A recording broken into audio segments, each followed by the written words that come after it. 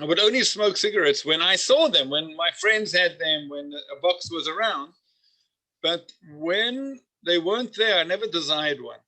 And I realized that I was not addicted to smoking cigarettes. I didn't ever crave a cigarette. If it was there, I understood it was a real pleasure to smoke. I was stupid because it's very dangerous. But so it's important that our environment is one that leads us in the right direction.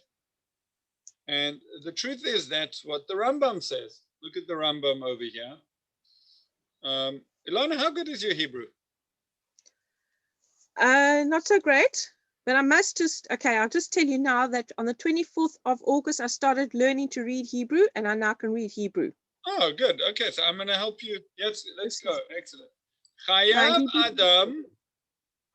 Chayav Adam, lizaher b'mezuzah.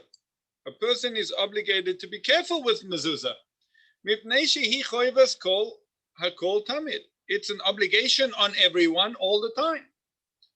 Because man, shekanes v'yetze, every time you've got a mezuzah on the door, every time you come in and go out, yivka, you interact, you meet. B'yichud Hashem, you are encountering the oneness of God. Shema, Shal HaKadosh Baruch Hu, of Hashem. V'yizko ahavasai, and you're reminded of His love. That we should love Him, or He loves us, or both. I think to love Hashem, because what's written in the Shema is you should love Hashem. No, but if it says Ahavato, it means His love for us. And isn't that what the sign of is? It's His protection. It could be. Okay. It could be that. I just think Ahavato could also mean love for Him. So I'm not sure that the word itself goes either way, but okay. V'yor mishenato, you wake up from your sleeping.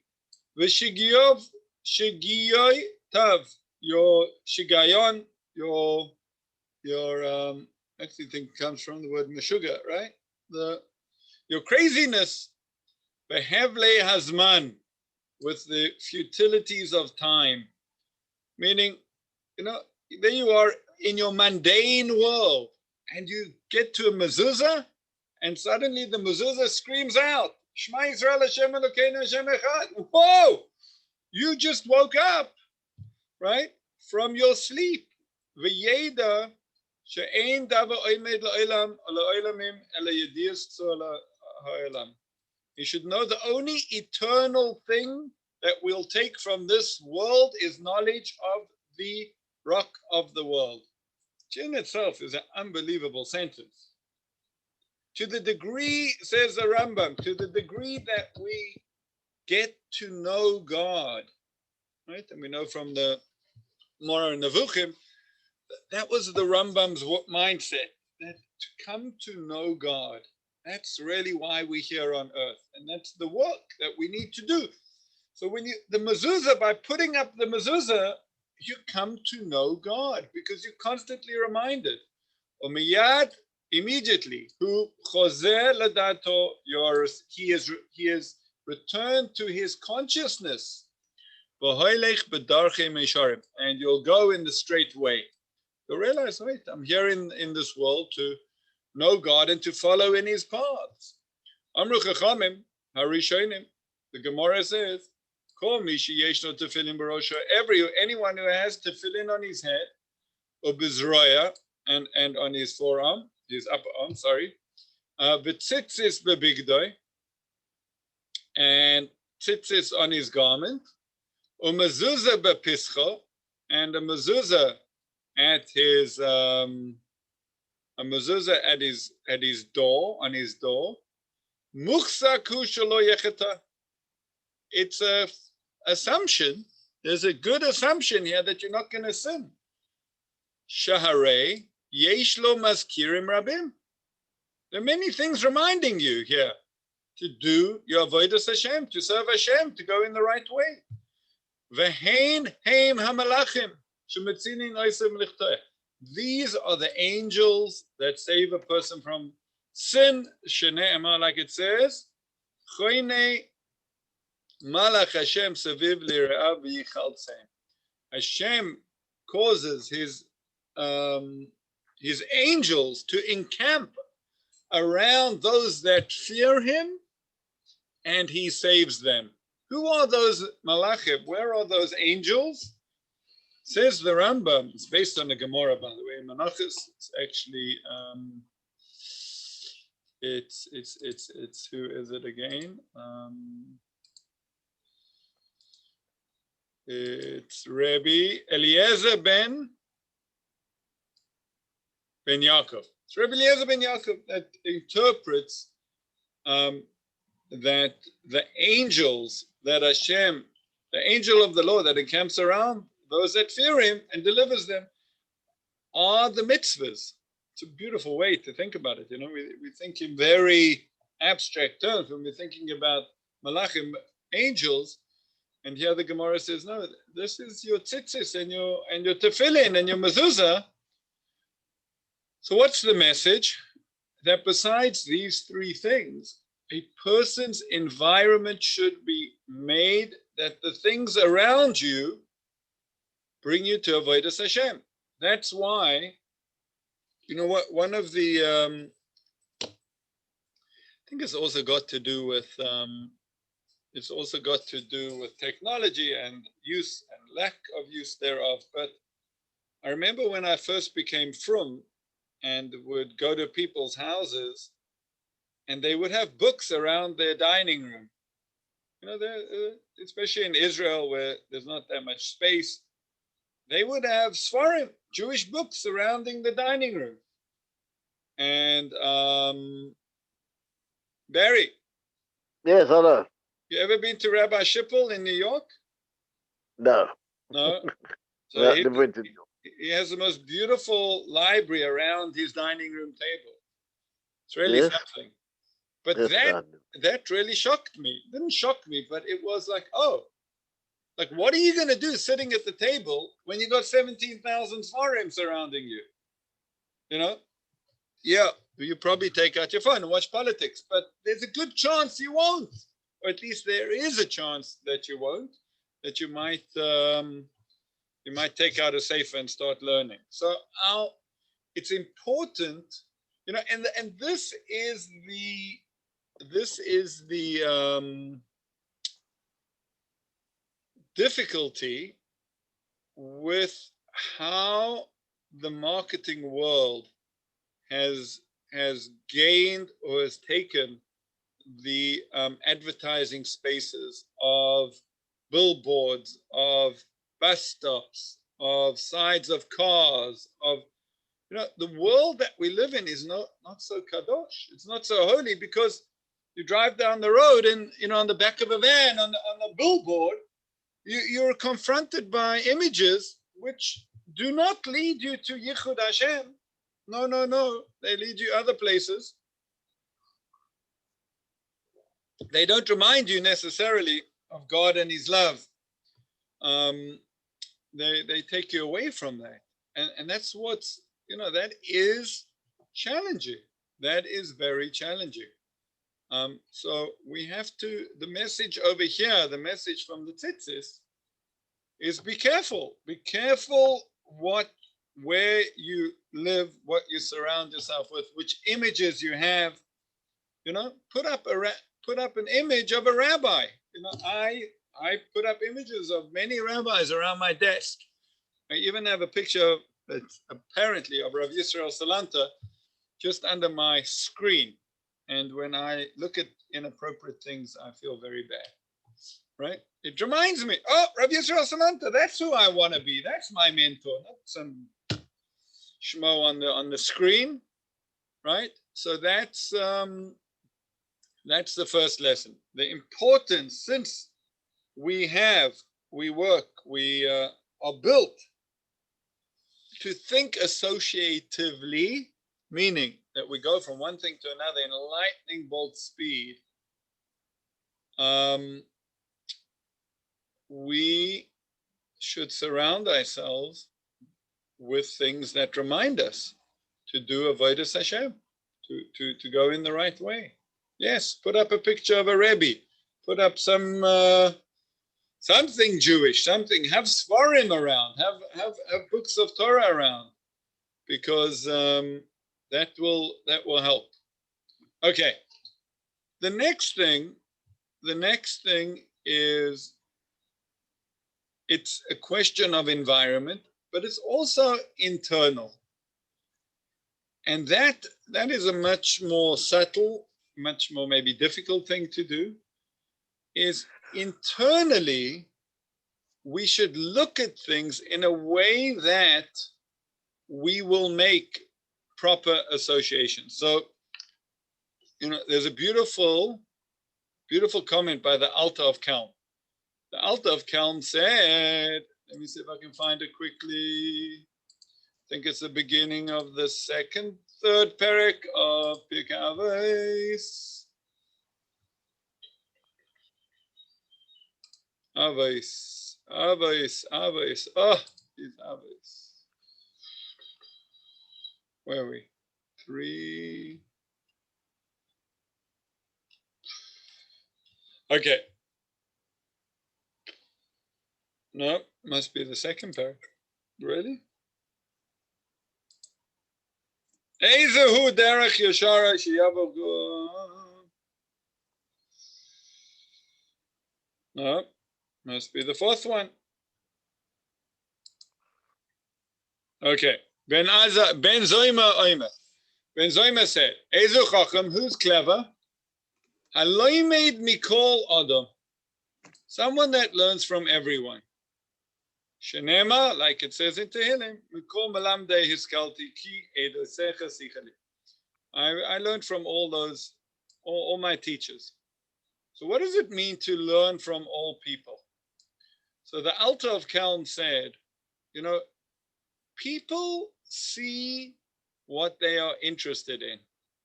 So he says, a tailor, when he meets someone, what does he see? He sees their clothes. But a investment broker, what does he see? He sees their cash, how wealthy they are. He doesn't recognize, oh, you're wearing a very interesting jacket today. And the shoe, the guy that owns the shoe store, he sees the person's shoes. So we see what we are interested in. Said the Alta of Kelm, become interested in everything. Haloi made mikol adam. Learn from the whole person, not just what you're interested in. Try to, who's a chacham? Who's wise? What is a wise person?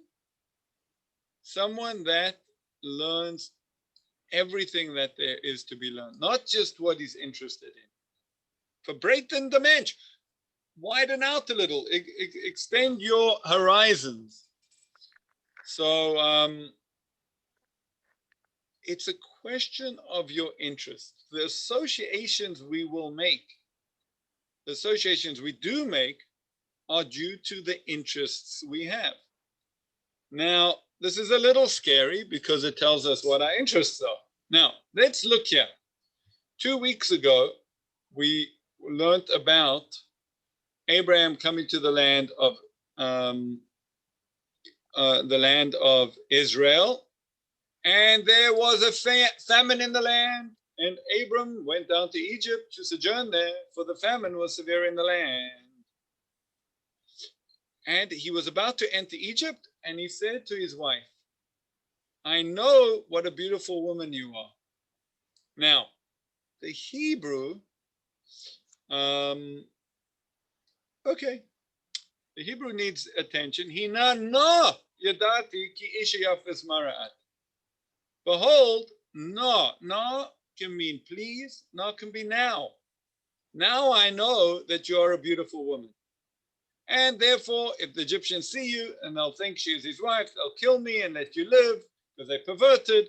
And please say you are my sister, and the end of the happy story, right? So the Midrash says like this, right? The Midrash says like this, and it's based on this Rashi brings down. The Midrash says like this. Hinei na yadati, now I know. Midrash got ad akshav lo hikir bo. Until now, Abraham had not realized how beautiful Sarah is. Mitoich snias shebeshnehem, because of the snias, the modesty between them. Va'achshav hikir ba al yedei maisa, and now he recognized her beauty because something happened. Dava another thing. Okay, says the Gu Arya. Says the Gu Arya, the Maharal of Prague. Hang on a second. The halacha is you need to see a woman before you marry her. All right? You can go on a blind date, but you can't get blind married. You need to see a woman before you marry her. So says the Gu Arya, Yesh Makshim, some ask the question, Hello, Asalisa Isha Ad Shirena, you're not allowed to marry a woman until you marry her. The people that ask this question, they don't understand. The Vadai Ra'a Paneha. For sure, Abraham had always seen Sarah's face. But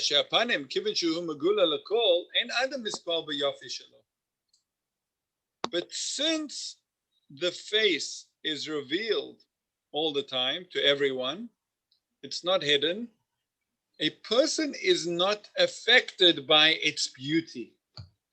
And therefore, it's very interesting, says the Maharal of Prague. The Yetzer, the drive, and he's talking about the sexual drive here, the basic drive for beauty doesn't enter into the heart. You don't become passionate about that. You're not driven by that. But what happened? There was something happened and he saw her thigh. He saw it. What do you mean?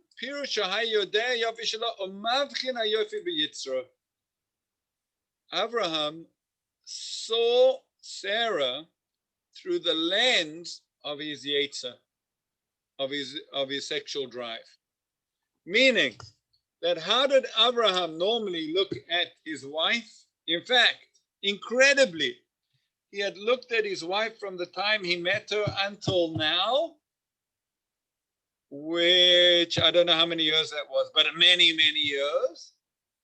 He had never looked at her with the lens of his sexual desire. He'd always looked at her as a person. He'd also always taken her as a beautiful person, as a balas chesed, a Sari Imenu.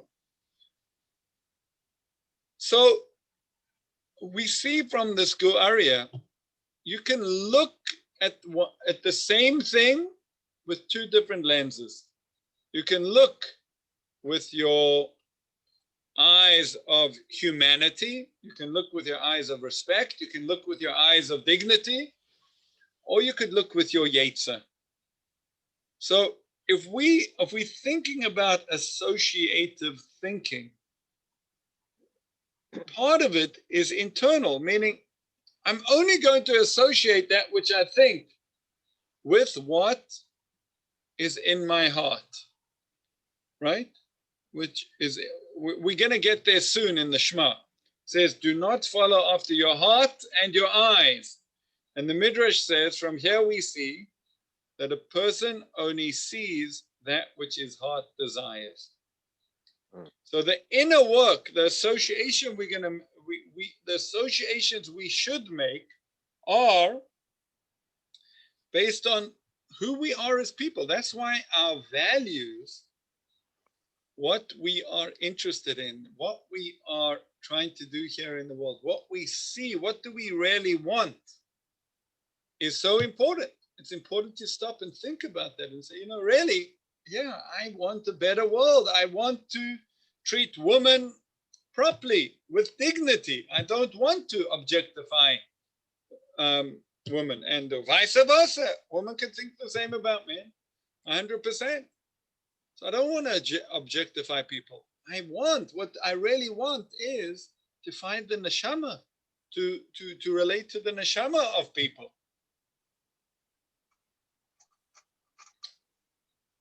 Now, just in case, well, before we get there, this was Avraham Avinu.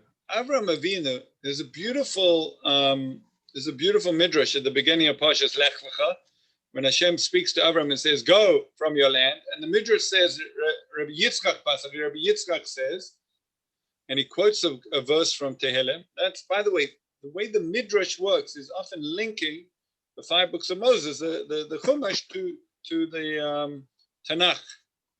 Tanakh. So Shinu bas orei hiti oiznei chishki amech obeis avich. The pasuk says, take heed, young lady, and note, incline your ear, forget your people and your father's house. And the next pasuk says, and let the king be aroused by your beauty, since he is your Lord, bow to him. Very difficult verses, really, but says the Midrash, Amar Rabbi Yitzchak, says Rabbi Yitzchak, Mashal, what's the parable? How do we explain this? Wait, what happened? What's the parable? A person was traveling. Ra'a bira achas teleches. He saw a house burning down. Ama toimesh abira zu below manik. He said, why is this house burning down? Does it not have someone in control of it? Does it not have a housekeeper? Heitzis alav balabira. So the owner of the house looked at him. Amaloi ani hu balabira. Thank you for your concern.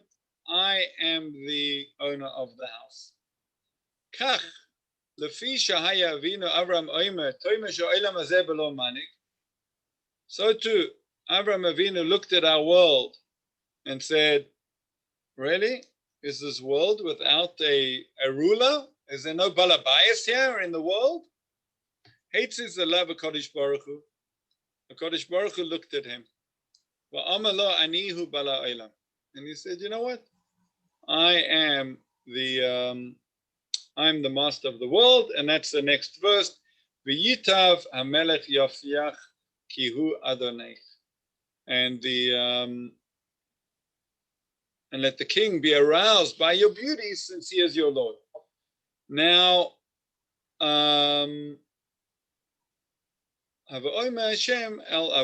this is Hashem speaking to Avram. What is this midrash saying?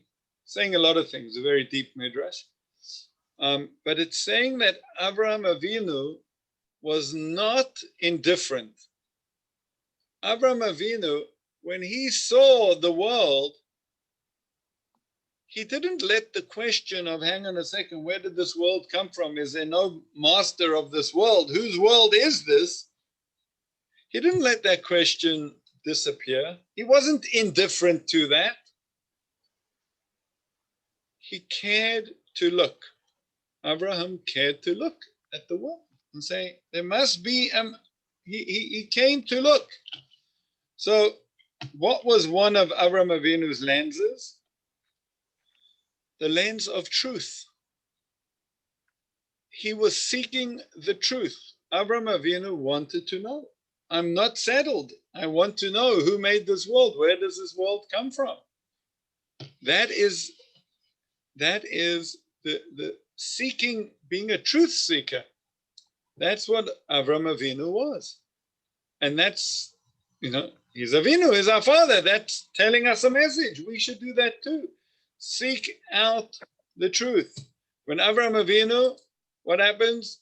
He comes to Stoim, he comes to Kodesh Baruch Hu tells him what he's going to do to Sodom, to Stoim. And the first thing Avraham says is, Avraham came forward and said, will you sweep away the innocent along with the guilty? Ha'af tispeh tzadikim rasha. Avraham Avinu was seeking the truth. HaKadosh Baruch Hu, you can't do that. You can't just wipe these people out. Maybe there are tzaddikim over there. Should there be ulai yesh 50 tzaddikim? Maybe there are 50 tzaddikim. So that was the lens when Avraham Avinu, if we would see Stoim being destroyed, we'd probably celebrate. Oh, these terrible people, these evil people. Baruch Hashem, they are being wiped away. But what did Avraham Avinu see? Avraham Avinu saw, well, hang on a second, maybe there's hope. Maybe we can do something here. Don't be indifferent. I'm not indifferent to them. I'm Now, just if you think that Avraham Avinu only saw the good always and was naive in some way, when later on in last week's Parsha, he has to come to, he lives in Gra, and he gets to Gra, and there's a king over there, Avimelech. And excuse me, Avimelech, the same thing happens. He takes Sarah, and then God comes to him and tells him, "You don't touch her." And the next morning, he goes to Abraham and he says, Avimelech summoned Abraham and he said to him, "What have you done to us? What was wrong that I've done that you should bring such guilt upon me and my kingdom? You've done these things that ought not to be done, not to be done." What then Avimelech demanded Abraham? What's the purpose in doing this? And Abraham said, said Abraham, "Surely there's no fear of God in this place, and they will kill me because of my wife." So when it came to, Abraham Avinu was looking for Yireh Shamayim, for the fear of God. And he didn't see that when he came to Gra. So he tells Sarah, "We got a problem here. These people don't have Yireh Shamayim." So it wasn't, it's the ability to be sensitive, to be conscious, to be looking for to sumira va'aseh tov, run away from evil, do not attach to evil, correct all evil, va'aseh tov, and do good. Be attached to good, do more good. That's, if we had that inner drive, that inner mindset and desire, so then the associations we would make would be very positive, very true, very correct. So that's the avoida. That's the work that we have to do to, number one, try and make our environments a little more Kaddish, make our environments a little more holy, right? You cannot, should not, will not, do not take your phone with you to the bedroom. That's not a good place for one's phone. Make your world, your environment, the world around you, a little more Kaddish. Put up pictures which are appropriate. Put up things that remind you. And the mezuzah, well, take more notice of it. The tzitzis, take more notice of them. And then there's the inner alignment, the inner desires that we have, which our eyes are going to pick up on what we are interested in. So let's try work on what we are really interested in, because the more that we can become interested in Avodas Hashem, the more we'll see it. And that it takes a lot of effort. It takes a lot of work. So that's what I wanted to share with you today. Any questions? You